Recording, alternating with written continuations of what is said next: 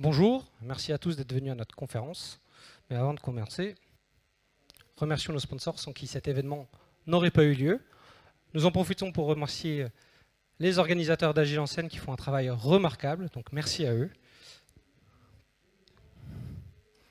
Et donc on va se présenter. Donc, je suis Claude Barraud, je suis responsable d'un département d'expertise sur le test, l'intégration et le déploiement chez Orange. Je suis également expert du test depuis un peu moins de 20 ans, et, ce qui ne me rajeunit pas d'ailleurs, et également je suis coach de test. Et moi je suis Jean-François Frézy, je suis responsable de la practice test, et je suis aussi coach test et je travaille régulièrement avec Claude sur les sujets testing chez Orange. Nous allons vous présenter aujourd'hui la démarche d'Orange pour intégrer au mieux le test et la qualité dans le framework SAFe. Mais attention, ce retour d'expérience, il n'est pas forcément reproductible. On ne peut pas faire un copier-coller forcément. Il se base vraiment sur 3 éléments. Le premier, c'est qu'il y avait un contexte et une organisation en 2018 lorsqu'on a lancé cette transformation. Il y a là aussi après en second la culture d'entreprise d'Orange, qui n'est pas forcément la même dans toutes les entreprises, et aussi les moyens qui ont été mis à notre disposition pour y arriver. Hop. Ça ne marche pas. Voilà. Donc voici un peu le fil conducteur de notre présentation. On va commencer par vous présenter comment nous on a perçu le... Ah, vous m'entendez toujours? Comment on a essayé de l'appréhender. Ensuite, on va vous montrer comment on a dû adapter notre vision du test dans le framework test et avec le contexte de la culture Orange. Et pour entrer un peu plus dans le concret, on finira par quelques exemples d'ateliers qui mettent en avant comment on a mis en place cette démarche de transformation au niveau du test et de la qualité. Donc, côté contexte, c'est avec beaucoup d'ambition qu'Orange est entré dans la démarche avec l'objectif de mettre en ligne directe l'entreprise et sa stratégie avec l'opérationnel et la production, dans un but de livrer plus vite, bien sûr, et mieux.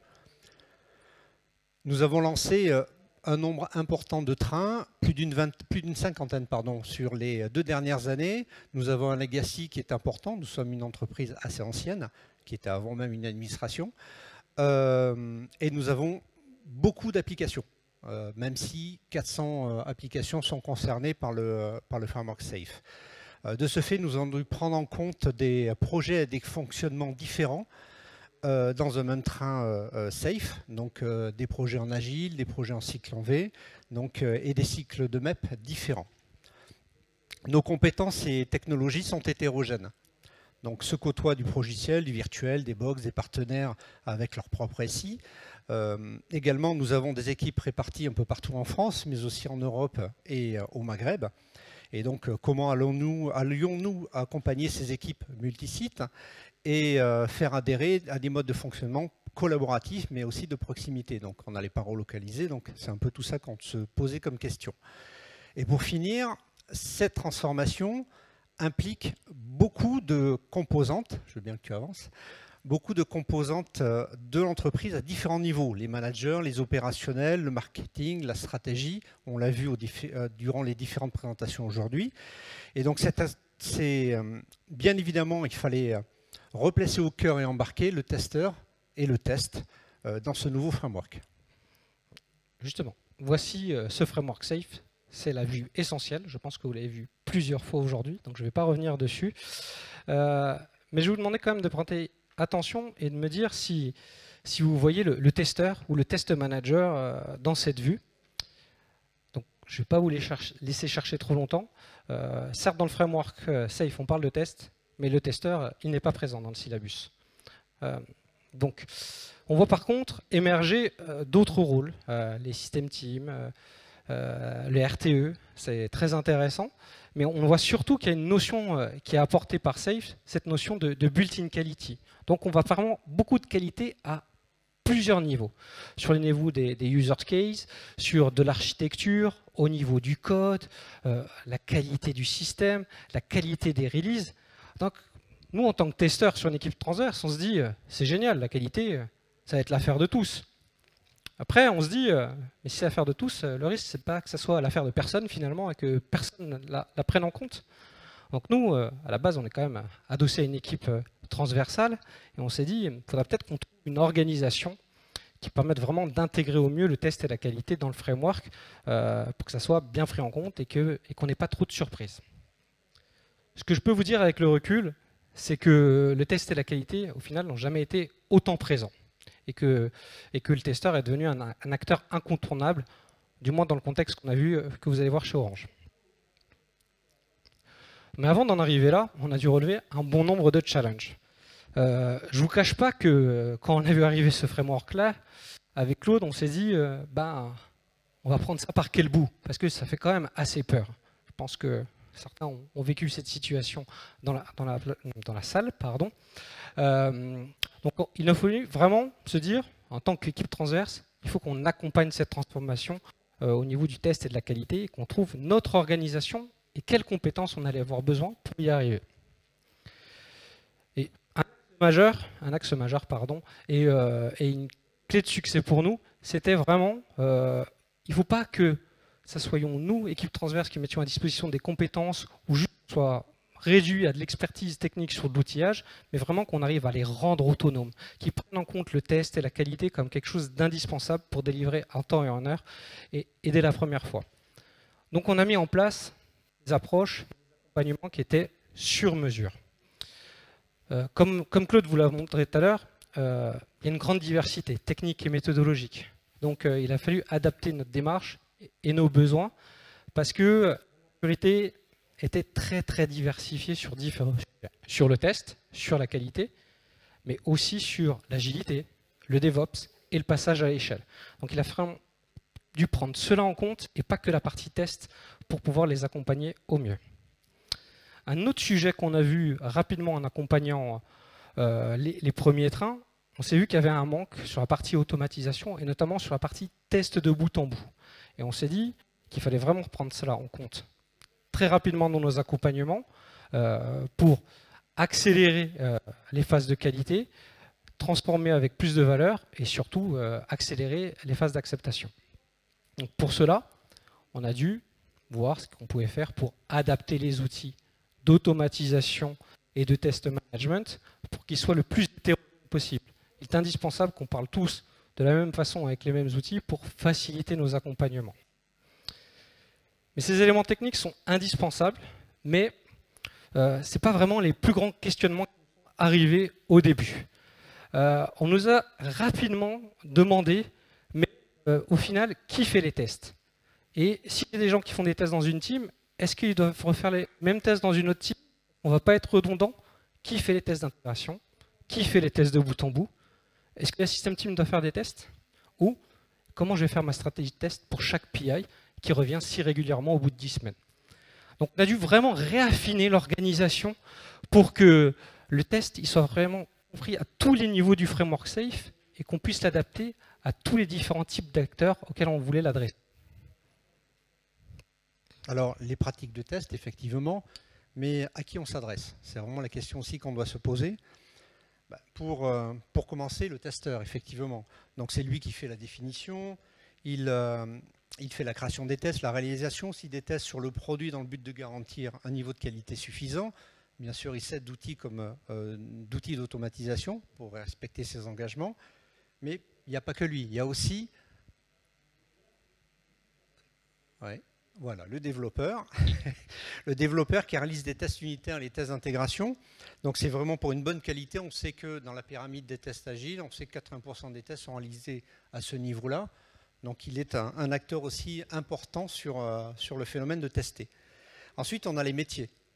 Les métiers, ils sont là pour la partie acceptance du produit, mais aussi ils donnent l'ensemble des informations aux testeurs et autres acteurs sur ce qui est à faire, la vision du produit et également la stratégie permet d'alimenter la stratégie de test et il donne aussi les parcours de test importants à couvrir rapidement. Et ensuite, on a le RTE qui, finalement, dans le cadre du pilotage des risques et le pilotage du train, bien évidemment, il doit avoir une vision sur le niveau de qualité de son produit. Généralement, régulièrement, il doit avoir ce niveau de qualité. Par contre, au-delà du simple fait de tester, on doit adresser cette notion dont parlait Jean-François de built-in quality dans sa globalité. Donc si je reprends, je vous parlais de la pyramide des tests, hein, pour ceux qui la connaissent en agilité, si on prend les différents niveaux, la mise en place de SAFe finalement a nécessité de synchroniser, orchestrer et répartir les tests à faire entre les différents niveaux que vous voyez, mais aussi entre les différentes équipes et projets qui composent le train. Donc en premier lieu, la partie test de composants, au niveau de chaque équipe de dev, de chaque projet. Donc un nombre, généralement ces tests sont en nombre et se font plutôt dans le cycle de développement. Ensuite, on a la partie intégration où on intègre ces composants au niveau des teams applicatives ou entre deux composants de teams différentes. Là, on commence à être un peu dans l'interfaçage. Ensuite, nous avons les test systems qui regroupent plusieurs US, plusieurs applications. Généralement, ils valident le bon fonctionnement nominal en sortie d'application. Et pour finir, le niveau le plus haut, les tests d'acceptance, qui sont les tests de bout en bout de niveau feature, pour ceux qui connaissent, qui servent d'acceptance de la solution. Et généralement, ils sont complexes à mettre en œuvre et ils sont peu nombreux.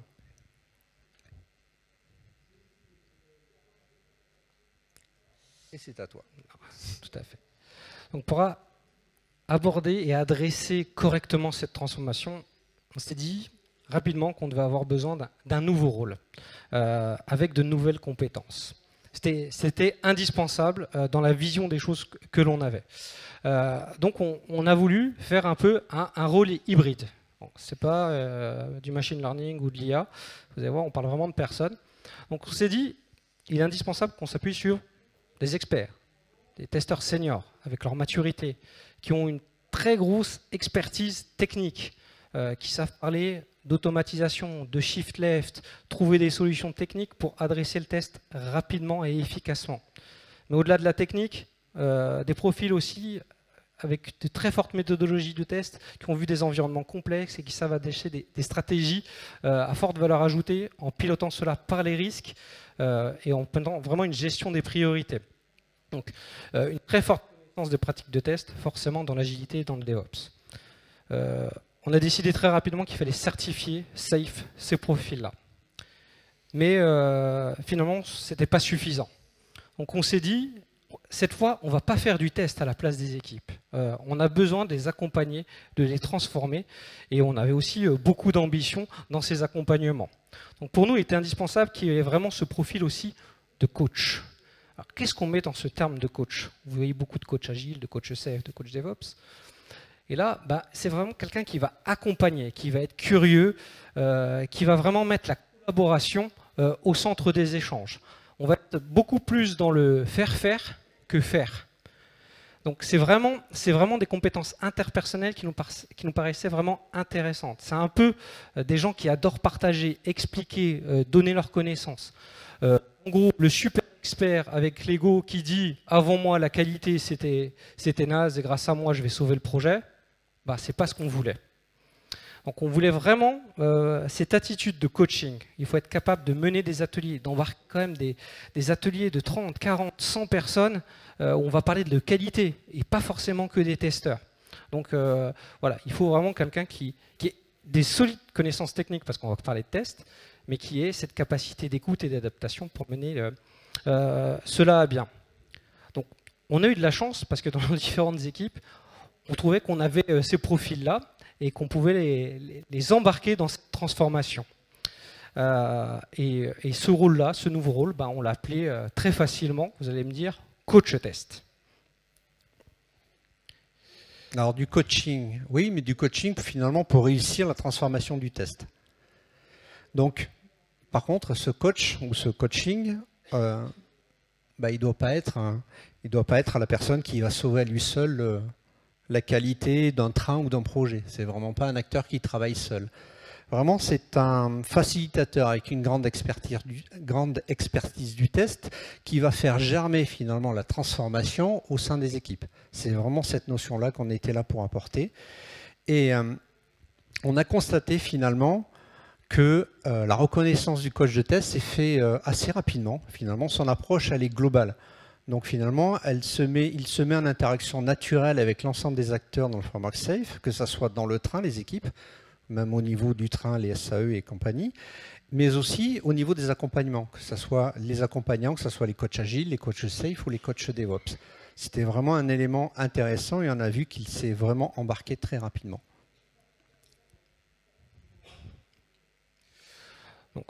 Au-delà des coachs tests qui sont indispensables dans la transformation, on a vraiment défini une démarche globale qui s'appuie sur 3 piliers. Premièrement, une organisation qui permet d'accompagner vraiment du sur-mesure sur chaque projet et de pouvoir vraiment ratisser large au niveau des trains pour embarquer un maximum de monde. Donc toutes les parties prenantes, c'est-à-dire du PM jusqu'au dev en passant par le testeur. Ça nous permet vraiment d'essayer de mettre en place des ateliers très collaboratifs et constructifs.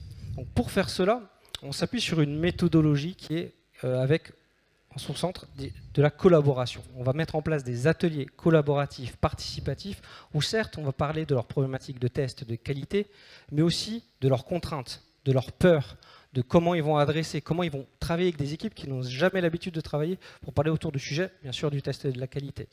Donc on embarque aussi les autres types de coachs, les coachs agiles, les coachs DevOps, les coachs safe, parce qu'il faut qu'on parle tous du même concert pour que ça soit efficace.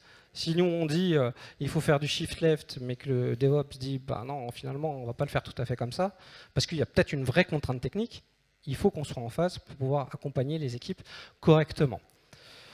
Au-delà de ça, on a quand même des contraintes de temps auxquelles il faut vite trouver des solutions pour les accompagner avec le PI Planning. Donc on a mis beaucoup d'ateliers en place à partir du management visuel. Klaxoon, Claude vous en parlera beaucoup plus tout à l'heure sur les ateliers, qui vraiment est un élément fédérateur et visuel qui permet de vraiment démystifier beaucoup de sujets et d'aller beaucoup plus vite sur ces problématiques-là. Et bien sûr, on est une équipe transversale, donc certes, l'outillage n'est pas l'essentiel, vous allez me dire, mais on doit quand même être les garants de l'outillage et des bonnes pratiques pour maintenir une certaine cohérence et que les trains puissent travailler de concert tous ensemble. Ces 3 piliers sont vraiment les fondations essentielles qui nous permettent d'accompagner au quotidien ces équipes et ces trains et de les rendre autonomes sur la partie test et qualité. Alors on va parler maintenant des ateliers. Généralement, ces ateliers se font à 1 à 2 coachs de test. L'idée, c'est vraiment d'être efficace. On doit faire une analyse, on doit animer, on doit avoir l'écoute, on doit gérer les temps forts, les temps faibles, embarquer l'ensemble des acteurs. Donc c'est vrai qu'à 2, c'est quand même mieux, surtout quand on a une phase derrière de retour au groupe, et donc du coup l'analyse est plus simple. Donc les ateliers se composent de 5 à 30 membres, suivant si vous adressez un train, des personnes du train ou des personnes des équipes. Ensuite, généralement, un atelier se déroule en 2 à 3 heures. Il peut être périodique, c'est le cas d'ateliers d'apprentissage. Par contre, il faut rajouter dessus la période de préparation, parce que vraiment, il y a une grosse phase avant et une phase après d'analyse. On va mettre en place des restitutions. Alors, pourquoi une restitution? On n'est pas dans le jugement. L'idée, c'est de tracer ce qui a été dit.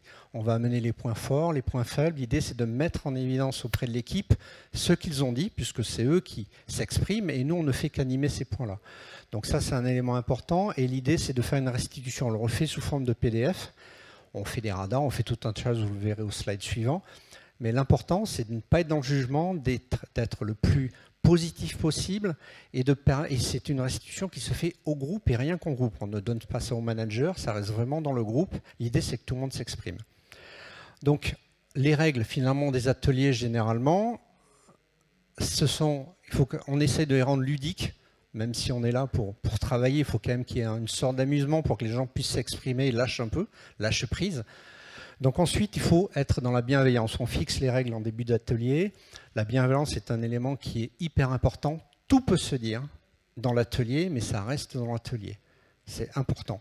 Et ensuite, on doit être inclusif, c'est-à-dire qu'on ne laisse personne sur le bord de la route. Généralement, la personne, c'est un peu, on le donne dans ceux qui ont fait du secourisme, on dit la personne qui s'exprime le moins et qui reste dans son coin, c'est souvent la personne qui est dans le danger le plus grave. Là, c'est la même chose. La personne qui reste en retrait, généralement, a des choses à dire. Il faut lui permettre de s'exprimer. Alors, je vais vous montrer quelques exemples d'état des lieux sur tout ce qui est étude de maturité, du train, des équipes, la stratégie de test. L'idée, c'est de faire éclairer la vision globale du test, sa répartition dans le train. C'est vraiment tout ce qui est environnement, les jeux de données. Je vous parlais des tests de bout en bout. Les jeux de données qui sont passants sur l'ensemble du train, c'est souvent compliqué à mettre en œuvre. Tout ce qui est timing, les acteurs du test. Des fois, en énumérant les acteurs du test, on s'aperçoit qu'il y a des trous dans la raquette où des fois les gens font les mêmes tests à des moments différents et donc il n'y a pas de pertinence à faire ces tests-là. Et ensuite, tout ce qui est communication. La communication dans un train sur le test se fait au niveau des équipes et au niveau du train et donc il faut le mettre en évidence. Et ensuite, tout ce qui est... également, quels tests sont faits? Les périmètres de tests se font plutôt dans les équipes. Donc, quels tests se font au niveau et à quel moment? Les parcours métiers également qui sont mis en œuvre. Quel backlog est mis en place? Également, comment je communique dans l'équipe l'avancement de mes tests. Et je vous parlais d'ateliers d'apprentissage. Voilà. Tout ce qui est modélisation des parcours. Donc, on fait les modélisations avec un outil assez simple chez Orange qui est Droyo, qui est accessible depuis Confluence, qui permet de mettre en évidence avec les sachants, donc souvent c'est les métiers, ça peut être aussi le RTE, les testeurs ou éventuellement des développeurs, les parcours vitaux à tester dans les premiers temps, qu'est-ce qu'ils veulent voir avec une qualité haute le jour où on finit l'incrément. Donc cette partie-là est intéressante et la modélisation sert énormément ces éléments. Et souvent, c'est le métier qui est le porteur numéro 1 de cet atelier-là. Ensuite, l'automatisation, bien sûr, des tests et la mise en place d'une chaîne de CI/CD. Ça, on parle d'automatisation et c'est indispensable. Et le dernier, les référentiels de test, c'est vraiment l'optimisation des référentiels de test. C'est la mise en place d'une communication aussi sur le test dans l'équipe, mais aussi en transverse. Tous ces éléments-là, hop, il me manque un petit bout, tous ces éléments-là, on s'aperçoit finalement qu'il y a vraiment une mise à jour permanente qui se fait. Les ateliers doivent être à tout prix perfectibles, donc du coup on doit rester collé vraiment à l'opérationnel. Il faut à tout prix que finalement on les adapte en permanence, on en crée de nouveaux. Ces ateliers sont faits pour être s'adapter finalement au terrain et non pas le contraire. Donc si je vous donne quelques éléments finalement, voilà, des résultats finalement, des exemples de résultats d'ateliers que nous avons fait. Les deux premiers que je vais vous montrer, ce sont des ateliers avec Klaxon. On vous en a parlé juste avant, Jean-François vous en a parlé. Ce sont des ateliers qui, je vous parlais ludiques, c'est-à-dire qu'on fait des étapes, on fait un cheminement, on invite les gens à suivre un peu le parcours de cet atelier Klaxon. L'idée, c'est de récolter l'ensemble des informations, de faire un état des lieux qui soit le plus exhaustif possible pour faire finalement la photo de l'état dans lequel se trouve le train ou l'équipe. Là, c'est une stratégie de test au niveau d'un train. Et ensuite, de pouvoir voir comment on va pouvoir mettre un accompagnement et qu'est-ce qu'on va pouvoir mettre derrière. Le deuxième, c'est un peu la même chose, c'est au niveau d'une équipe, c'est le même principe. L'idée, les deux sont construits un peu sur le même principe, c'est un enchaînement d'étapes. L'idée, c'est de faire parler les acteurs et c'est vraiment échanger et libérer la parole. J'insiste sur ce terme libérer la parole, vous verrez un peu par la suite. C'est important que tout le monde s'exprime et qu'on arrive à faire un état des lieux complet et cette fameuse photo de comment se passe le test sur l'évaluation sur l'équipe ou le train qu'on est en train de regarder. Donc des fois on ajoute des petits quiz, je ne sais pas si vous le voyez, c'est peut-être pas très visible, on ajoute des petits quiz qui permettent un petit peu de casser les codes, d'amener un peu de redynamiser les équipes et également on profite pour distiller nos bonnes pratiques. Donc de ces ateliers, les participants vont finalement construire et inventorier ce qui se passe sur leur projet. Nous, on ne fait qu'animer, c'est souvent eux qui parlent. On va voir les objectifs, les besoins qu'ils ont. On peut voir également les périmètres de test. Là, on voit un exemple de backlog. On va également regarder les plateformes de test qu'ils utilisent, les jeux de données qu'ils utilisent, les acteurs qui réalisent les tests. Mais aussi, on voit sous une forme, là sur la gauche, sur une forme de d'acquis, finalement, ceux qui veulent, ceux qui ne veulent plus, ce qu'ils aimeraient améliorer ou ce qu'ils veulent ajouter sur leur projet. Donc après les ateliers, on réalise des évaluations et donc on va prendre de différents ateliers les points forts et les points faibles. On va sortir finalement des fois des phrases qui sont dites par les personnes dans l'atelier.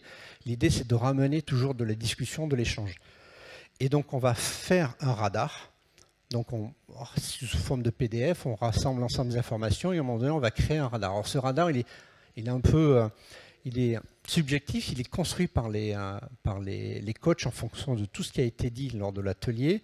L'idée, c'est, en orange, vous voyez, c'est l'évaluation de le niveau de maturité de l'équipe quand on a fait l'atelier. Et en bleu, vous voyez, en mettant en place des accompagnements des ateliers, c'est vers quoi on pourrait faire tendre l'équipe pour mieux travailler et mieux faire les tests. Ça permet de donner des axes de progression. L'idée, ce n'est pas d'être au meilleur partout, c'est de donner vraiment un accompagnement pertinent, de les faire progresser sur leur activité. Donc ensuite, je vais vous présenter deux exemples d'ateliers de modélisation, ce qui pour moi est le plus pertinent. Je vous parlais des ateliers d'apprentissage.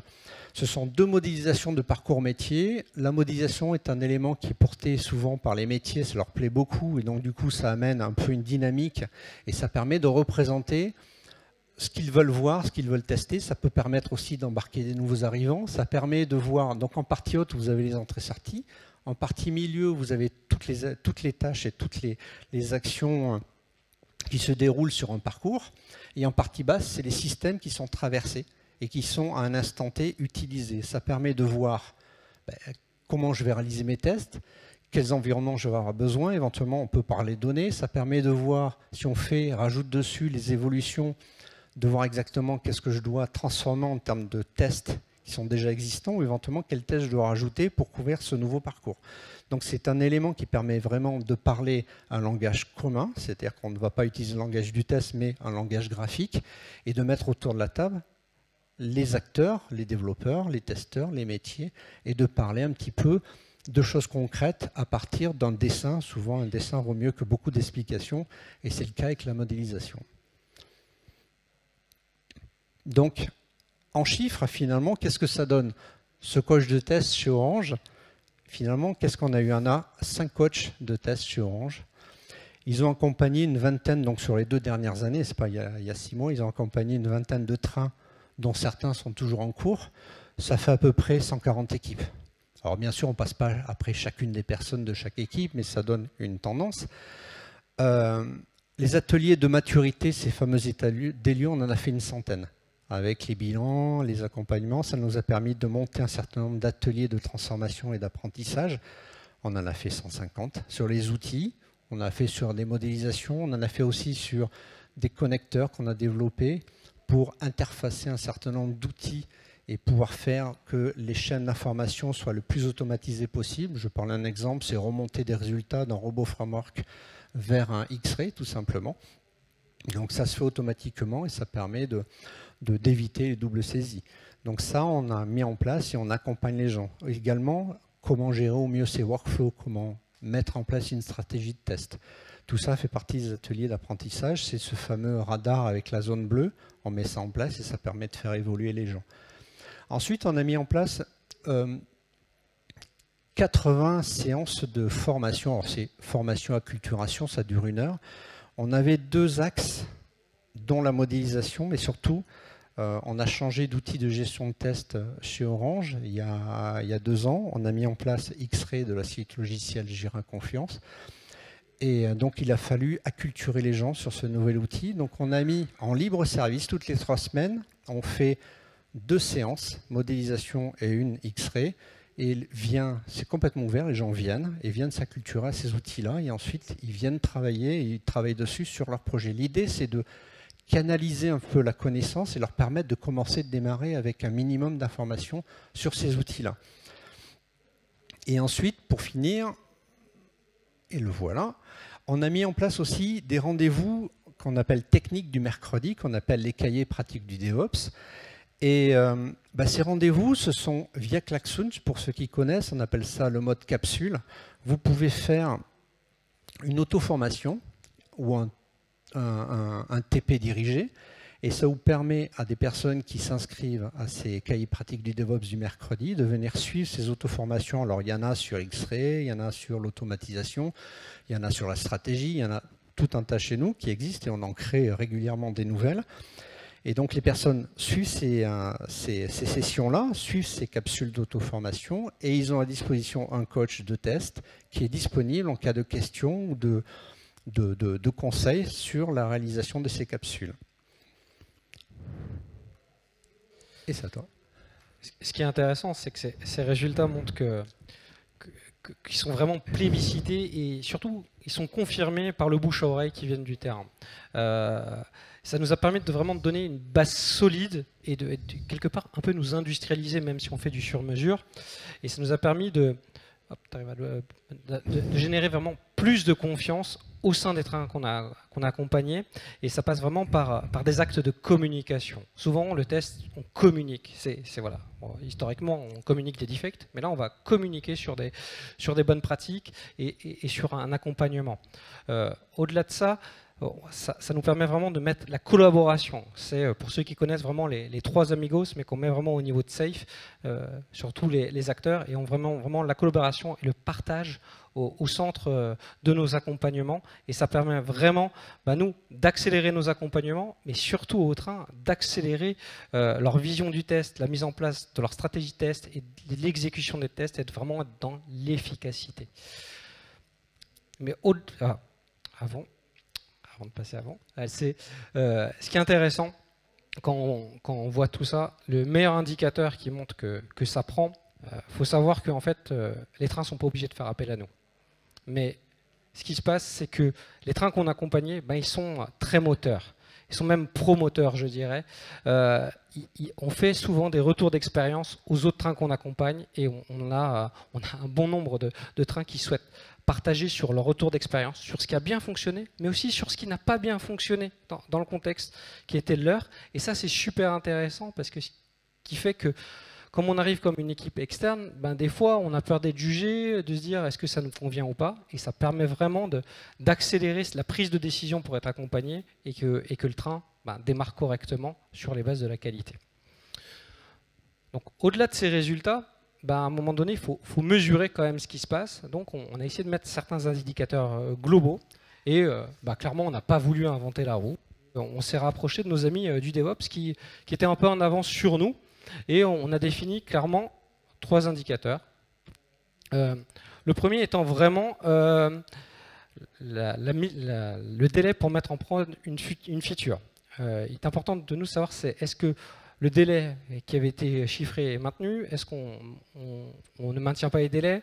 Est-ce que finalement on arrive à s'améliorer pour mettre plus vite en production? Donc ça, c'est intéressant pour voir le cadencement. Mais on ne peut pas le prendre tout seul parce que c'est un faux ami. Et donc, il faut vraiment qu'on le couple au second indicateur qui est vraiment le nombre de bugs critiques lorsqu'on met en prod. Parce que si on va très vite mais que ça ne marche pas, ça ne sert à rien d'aller vite. Il faut essayer d'aller vite, mais de façon qualitative. Et là, ce double indicateur est très intéressant en mode cumulé. Et au-delà de tout ça, ce qu'on essaye de faire avec de l'agilité à échelle et du DevOps, ça va être de dire on veut mettre en prod en une seule fois, rapidement, efficacement. Et donc, on a un autre indicateur qui est le nombre de KO sur les premières mises en production. Ce qui est intéressant avec ces 3 indicateurs, c'est que rapidement, ça nous donne le pouls. Ça nous donne le pouls de la maturité, de la qualité du test sur un train. Et ça va vraiment nous permettre d'adapter nos accompagnements et voir de les remettre en cause dans certains cas de figure si ça ne convient pas au train qu'on a accompagné. Ce qu'on peut dire finalement en conclusion, c'est que grâce au coach de test, finalement, on a fait une approche vraiment globale, pas seulement sur les outils de l'automatisation qui souvent, quand on a mis en place le DevOps, si je me souviens, on avait surtout axé le pilier automatisation. Mais ce n'est pas parce que vous mettez en place une chaîne de CI/CD que forcément vous avez du test de qualité. Donc l'approche globale sur les outils, les méthodes, les compétences, les acteurs, nous a permis vraiment d'élargir finalement et d'adresser de manière globale la problématique du built-in quality. Et finalement, c'est un vrai mouvement qui s'est mis en œuvre, porté par les testeurs, où le testeur devient vraiment un élément moteur dans les équipes et est vraiment reconnu, mais aussi par les métiers, qui étaient souvent un peu un acteur à côté, ils ne se parlaient pas énormément. Et finalement, grâce à la modélisation, finalement, on a pu fédérer largement et vraiment impliquer globalement l'ensemble des acteurs, toutes les parties prenantes. Donc écoutez, on espère que ce retour vous donnera des idées d'organisation ou d'ateliers pour mettre en place votre framework SAFe. Et on vous remercie de votre écoute. Merci.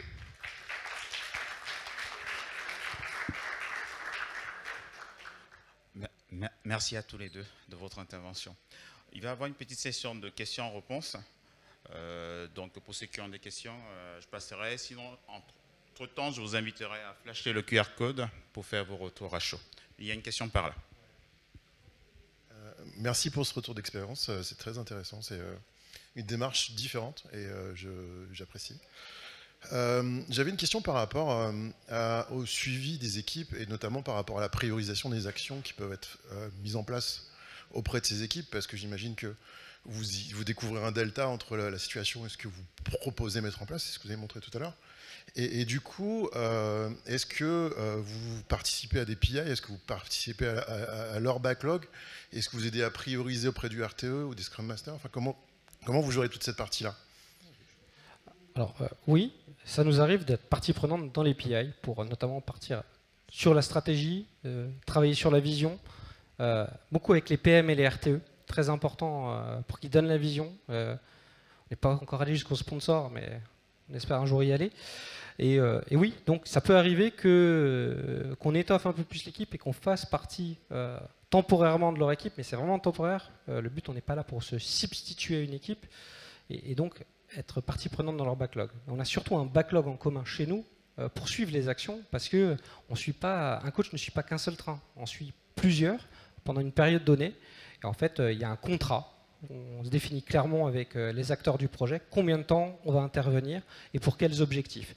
On est vraiment dans la démarche du contrat SAFe que peut avoir un coach SAFe dessus. On s'est vraiment inspiré en fait des bonnes pratiques qu'on a vues ailleurs. Si je peux rajouter une chose, c'est des fois la transformation, effectivement, on s'intègre dans les équipes, mais on ne le met pas en œuvre en même temps qu'il y ait vraiment un incrément, voire même un sprint d'une équipe. On le fait en parallèle. Souvent, on a essayé de mettre en place des choses pendant un sprint ou durant un incrément qui était important, et souvent, c'est dépriorisé.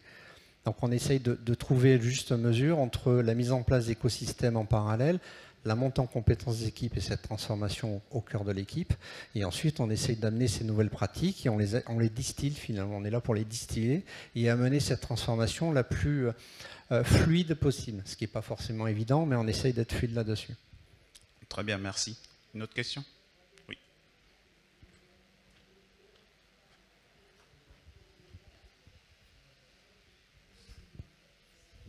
Vous montrez tout à l'heure dans le schéma 5 niveaux de tests jusqu'au test final de user acceptance. Je voulais savoir, donc je suppose, mais c'est une question, est-ce que le premier test c'est des testeurs dans l'équipe, donc des QA de l'équipe? Est-ce qu'après c'est d'autres équipes qui vont faire les tests ou c'est les mêmes personnes qui font ces 5 niveaux? Et dernier truc, la non-règle, à quel niveau vous la situez? Est-ce que c'est une équipe transverse ou dans les équipes?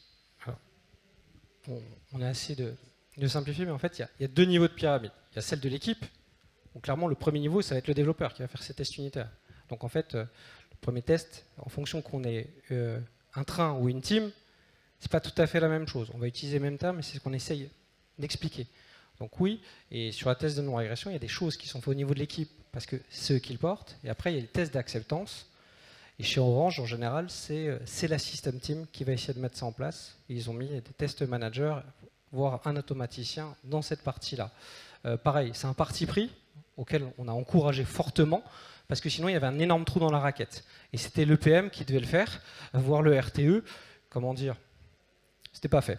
Voilà, donc le but c'était de se trouver une organisation pour essayer de tendre vers cela. Tout à fait. Tout à fait. Mais le risque, c'était que ne devienne pas une équipe fourre-tout cycle en V qui doit faire tous les tests. Et c'est important de dire, il faut que chacun apporte de l'eau au moulin pour que, voilà, si la base elle n'est pas bonne, c'est compliqué à la fin, quoi. Il faut vraiment sortir avec un bon niveau de qualité déjà dans les équipes de dev et ensuite passer avec les testeurs des équipes dans chacun des projets. Il y a ensuite des métiers dans les équipes qui font les tests. Donc ces premiers niveaux sont importants pour arriver à un niveau au niveau du train, pour un niveau de qualité suffisant pour n'avoir que l'essentiel des tests qui ne pouvaient pas être faits avant finalement. Jusqu'aux tests de bout en bout que tu évoquais, qui sont complexe à faire parce qu'on est multi-projets, multi-plateformes, multi-jeux de données qui doivent être passants de bout en bout, avec des problématiques, généralement ce n'est pas du bouchonné, donc on est dans quelque chose qui marche de bout en bout, des fois avec des partenaires externes, donc on n'a pas forcément énormément de possibilités de run de test, donc du coup il faut être vraiment ciblé qu'avant ça a été bon. Si on a des échecs là-dessus, ça devient compliqué, et souvent on part en fin d'incrément avec un niveau de qualité qui est un peu inférieur. Et des fois, c'est plus complexe parce qu'il y a certains projets qui arrivent, eux, ils étaient en cycle en V. Et ils se prennent toute la transformation que les autres sont pris en 4-5 ans. Donc là, ça devient challenging parce qu'on va se retrouver juste un projet qui va dégrader potentiellement pendant 1, 2, 3 PI la qualité pour le temps de pouvoir l'intégrer. Merci. Une autre question? Oui, du coup, on a parlé de la system team. Donc, on voit qu'effectivement, le test de bout en bout est transverse. Moi, je trouve que c'est vrai. Enfin, c'est les réflexions qu'on a en ce moment. On veut créer cette system team.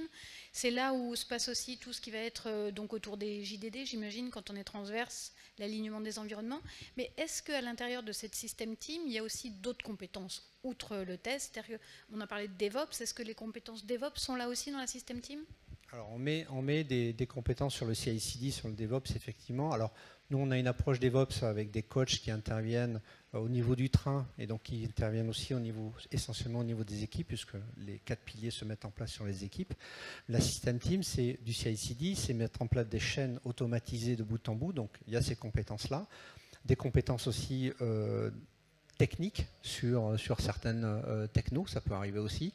Et aussi, on met des testeurs dédiés dans les System Team pour faire les tests de niveau train. Pareil sur la partie DevOps, il y a 2 niveaux. Il y a le DevOps avec l'outillage et le DevOps pour le test, où finalement on se retrouve aussi avec des profils d'automaticiens qui vont faire des pipelines Jenkins, qui vont parler Docker. Et c'est vrai que oui, c'est un chamboulement technique et méthodologique qui est important à prendre en compte. Mais c'est vrai qu'on voit quand il n'y a pas de System Team, il y a un petit trou dans la raquette à ce niveau-là, effectivement. Très bien, merci. Une dernière question. Bonjour. Moi, ma question est rapide. C'est quid des tests de performance? Est-ce que vous avez un Rex sur Orga et outils sur la perf? C'est une très bonne question parce que ça fait partie notamment de la System Team, tout ce qui est non fonctionnel. Et donc, dans la partie coaching, on le met de plus en plus dans les critères d'acceptance pour pouvoir les prendre en compte. Donc, sur certaines équipes où c'est indispensable, donc c'est pris en compte au niveau des System Team. Mais chez Orange, il y a aussi une équipe dédiée pour gérer les tests de performance de façon un peu plus traditionnelle, même si on est en safe. Donc on essaye de le jouer aussi sur le shift left de plus en plus, et ça va dépendre en fait du projet, de sa maturité technique pour pouvoir y arriver. Alors on intègre, c'est vrai, la performance et la métrologie. Alors métrologie plus des équipes dédiées qui vont faire des métrologies vraiment propres aux applications. On a aussi de la performance qui se fait dans les tests au quotidien qui permettent de vérifier les deltas de non-régression, de non-dégradation des performances. Et aussi au niveau du code. Maintenant, on fait des analyses de code, la revue, pour vérifier que le code est bien constitué, qu'il n'amènera pas une dégradation des temps de réponse. Donc c'est les 3 axes qui sont mis en œuvre. On est dessus, il y a toujours des choses qui s'améliorent en permanence, on est toujours là-dedans. Mais c'est pris en compte effectivement sur ces 3 axes.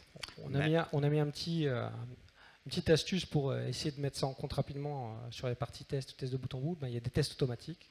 On dit plutôt que les lancer une fois, on les lance plusieurs fois, on met un timer et on les analyse par la suite et on suit avec un petit plugin Jenkins comment ça évolue dans le temps pour alerter rapidement s'il n'y a pas vraiment quelque chose de suspect pour que le dev puisse regarder rapidement. Alors, on n'a pas toute la métrologie qui va avec, mais ça permet au moins de mettre un début d'indicateur pour le prendre en compte le plus tôt possible. Voilà. Merci à Claude. On est très pragmatique. Merci à Claude et à Jean-François. Et n'oubliez pas le Rôti Express pour faire votre feedback à chaud. Merci. Merci. Merci.